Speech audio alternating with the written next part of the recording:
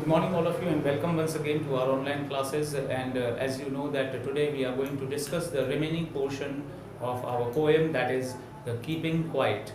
So the remaining portion of the poem is written on the board, and line by line I am going to explain it to you, and I hope that whatever I have taught up to now, whatever remaining portion, the first portion of the poem I have taught to now, you all have understood very properly. So now we are going to discuss the remaining portion of the poem, and let's see what it says. Now the poem describes or explains the effect of introspection on the people who prepare for war, who develop lethal and destructive weapons to destroy the whole mankind, and what is going to be the effect on such kind of people who are developing such kind of lethal weapon and destructive weapon to cause destruction to mankind. Now let's see the lines and try to understand what it means. Now, those who prepare green wars, wars with gas, wars with fire, victory with no survivors, would put on clean clothes and walk about with their brother in the shade of doing nothing. So in these lines, poet had described various sort of wars, like green wars. Now green wars means the wars that cause destruction to greenery, wars that causes destruction to the greenery and to nature. The next is wars with gas and wars with fire, which means that utilize wars which utilize, or the wars which implement the use of chemical weapons and explosives to cause destruction to mankind. And why they are developing such sort of weapons, why they are preparing such sort of weapons, such sort of lethal, destructive or damaging weapons. They are causing just to attain victory without any survivor. They want no one should survive. No one should survive in this world. And to ensure that there would be no survival left, they develop such kind of lethal weapon, implementing green wars, wars with gas, wars with fire. But there is one question that arises. The question is that what is the meaning of such kind of victory? The poet is giving emphasis, victory with no survivors. Now, poet is actually giving this question or putting this question to all of us, that why we are preparing for lethal weapons and why we want victories with no survivors. Because if there is no one to cherish the victory which you have achieved or which you have attained, then there is no means of such victory. There is no means of such victory that leaves no survivors left, because after that there will be no one to cherish that victory, no one will be there to be happy on that sort of victory. And what is going to be the effect on the people who prepare these lethal destructive weapons so that no one can survive? So the effect on such kind of people will be that they would put on clean clothes. Now, putting on clean clothes, would put on clean clothes, this phrase means that their mentality, their frame of mind, their outlook towards the world and towards the human beings will change. They will work for the construction. They will walk on the path of construction. They will leave the path of destruction forever. And their mentality, their frame of mind will change completely, entirely. And that is why poet has used this phrase, putting on clean clothes, means their minds will be changed completely. Their minds will be changed from the path of destruction, and they will move towards the path of destruction. They will move towards the path of humanity and mankind. And how you can do this thing, and how the poet is urging or requesting that when it is going to happen, that the people who are developing lethal or destructive weapon, they will put on clean clothes. They will put on clean clothes and they will walk with others as their brothers and sisters. So how that feeling can be generated? That feeling can be generated just because of introspection, just by doing nothing, in the shade of doing nothing. The poet is saying that in the shade of doing nothing, you can achieve this utopia where everyone is working for the betterment of others, and no one is going to kill and no one is going to cause destruction to mankind and to nature. Now let's see the next lines. What I want should not be confused with total inactivity. Now, poet wants to make it very clear to all the readers. The point is that poet does not want total inactivity. The poet does not want total inactivity. What he wants is, he just want a silence for a while. He just want to cease all your activities for a while. For a moment you need to stop all your activities. And when you stop all your activities and when you cease all your activities, you will achieve utopia, you will achieve introspection, you can achieve introspection. And that is why poet is urging or requesting that what he wants to say, he does not mean that he wants total inactivity, because total inactivity means death. When a person becomes totally inactive, it means that the person is dead. So poet does not want death. He does not want anyone to die. He just wants is that you must cease, you must stop all your activities for a moment, for a while, so that you can introspect yourself, so that you can wait at one place and you can understand what is the purpose of their life. Now, life is what it is about. Once again, very important sentence. Life is what it is about. This sentence needed to be given emphasis on. Life is what it is about. It means that the life is a continuous process and it must go on anyways, whether you are living in darkness or whether you are living in brightness, whether you are suffering from the dark side or whether you are suffering the positive side, whether you are having a positive side. So in both the sides, the life goes on, and your purpose and your motive is to live your life. So life is what it is about. It means that if you want to understand this sentence in a single phrase, then that phrase is going to be that life is a continuous process and it goes on irrespective of conditions which you face in your entire life.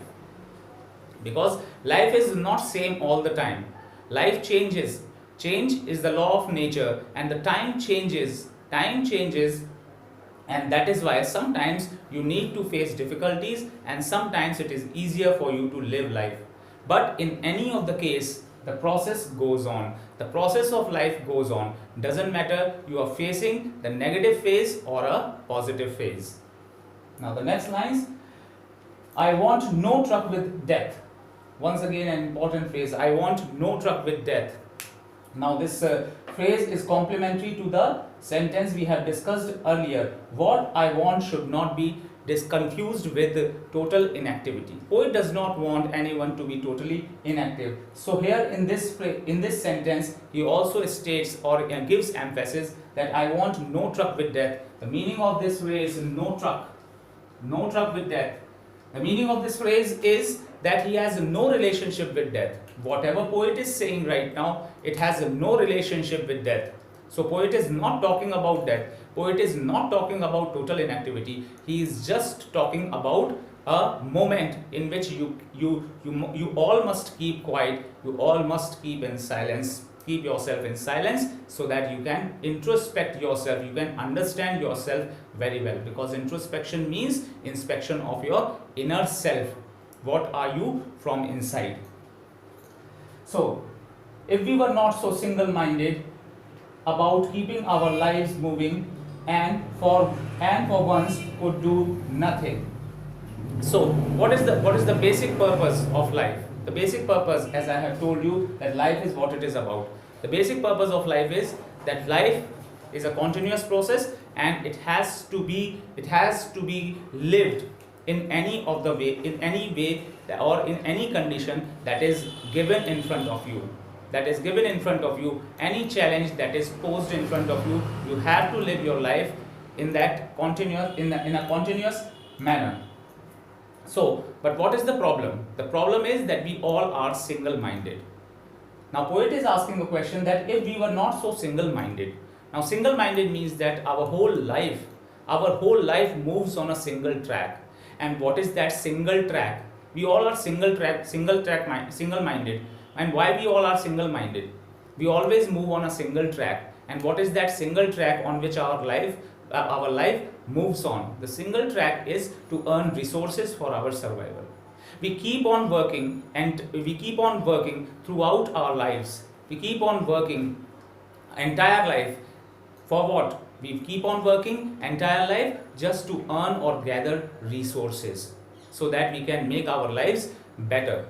But it never makes you better. And why it never makes you better? Because in the process of earning resources that can make your life simple, you are hurting yourself. You get no time to introspect yourself. When you keep on going working for hours and hours without thinking about your life, without thinking that in which direction your life is going, without introspecting yourself, so that causes problem to you. So from where this problem starts? This problem starts when we are single minded and we move on a single track. And what is the single track? What is that single track? That single track is to earn resources, to gather resources that can make our lives simple. So perhaps a huge silence might interrupt this sadness of never understanding ourselves and of threatening ourselves with death. So what happens when we keep on moving on a single track? The effect of moving on a single track is that we surround ourselves with negativity. There will be no positivity left in our lives. Why? Because we don't get time to introspect ourselves. Because we don't get time to understand ourselves. What is the purpose of life? And once again, we want to know the answer to those three basic questions of life, to those three important questions of life, and they are what we need, why we need, and how much we need.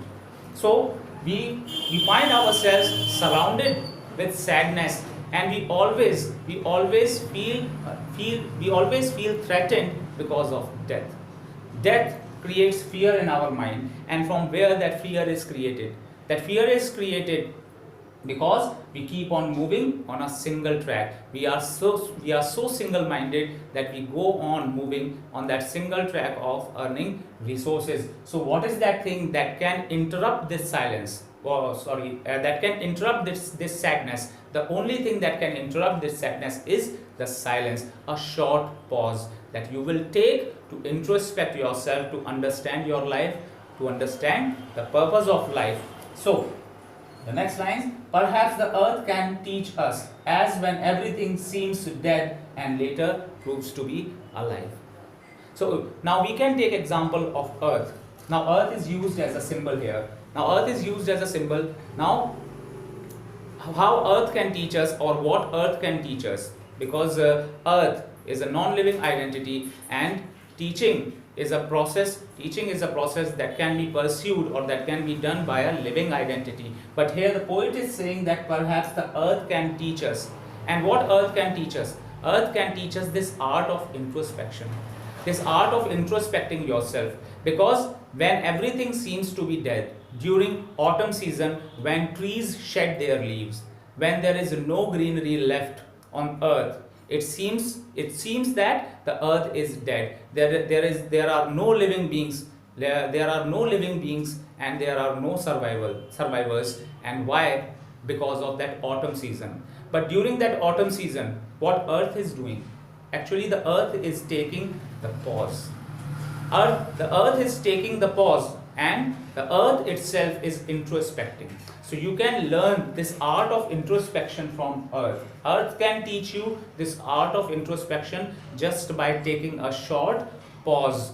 And during that short pause, you have to understand your needs. You need to know about those three valuable questions of life: what you need, why you need, and how much you need. So earth can teach us that when everything seems to be dead, but later proves to be alive. Once there is an autumn season during which trees shed their leaves, and it seems like as if there is no living form exists.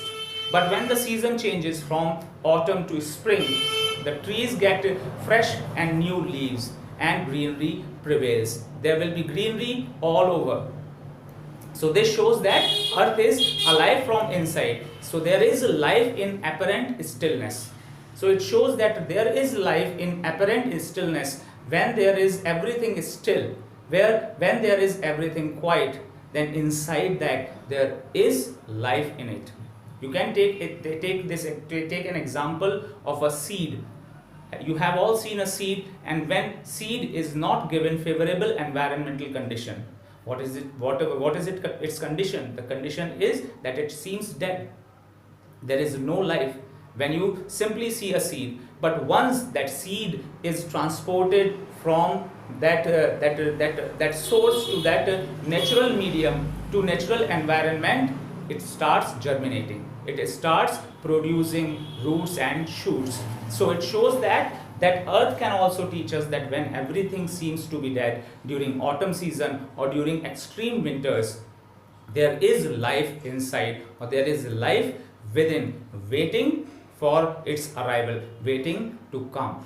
And during that short pause, when earth is taking a pause, when there is autumn season, what earth do, what is the purpose of earth during that autumn season? The purpose of earth is to introspect itself. So we can master this art of introspection, and we can learn this art of introspection from earth itself. Now finally, now I will count up to 12, and you all keep quiet, and I will go. The final two lines. In the final two lines, the poet says that now he will count up to 12, and he will allow you to sit quietly in quietude. He is permitting you to sit quietly, to sit in quietude, and to introspect yourself, and to understand your need and your purpose of life, why you have taken birth on earth, what is the purpose of your life.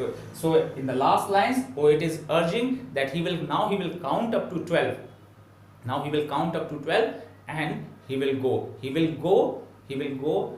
and he will leave you in silence. He will leave you in your own quietude, and what you will achieve in that quietude, what you can gain in that quietude or silence, you can gain introspection, you can gain internal inspection, you can have internal knowledge of self. So this is the complete explanation, or the remaining explanation of the poem Keeping Quiet, and I hope that you all have understood this poem very well. And the thing that is left is that the poetic devices which are used in this poem, I will discuss these poetic devices in the next session, or else I will provide you notes for these poetic devices which are used in this poem.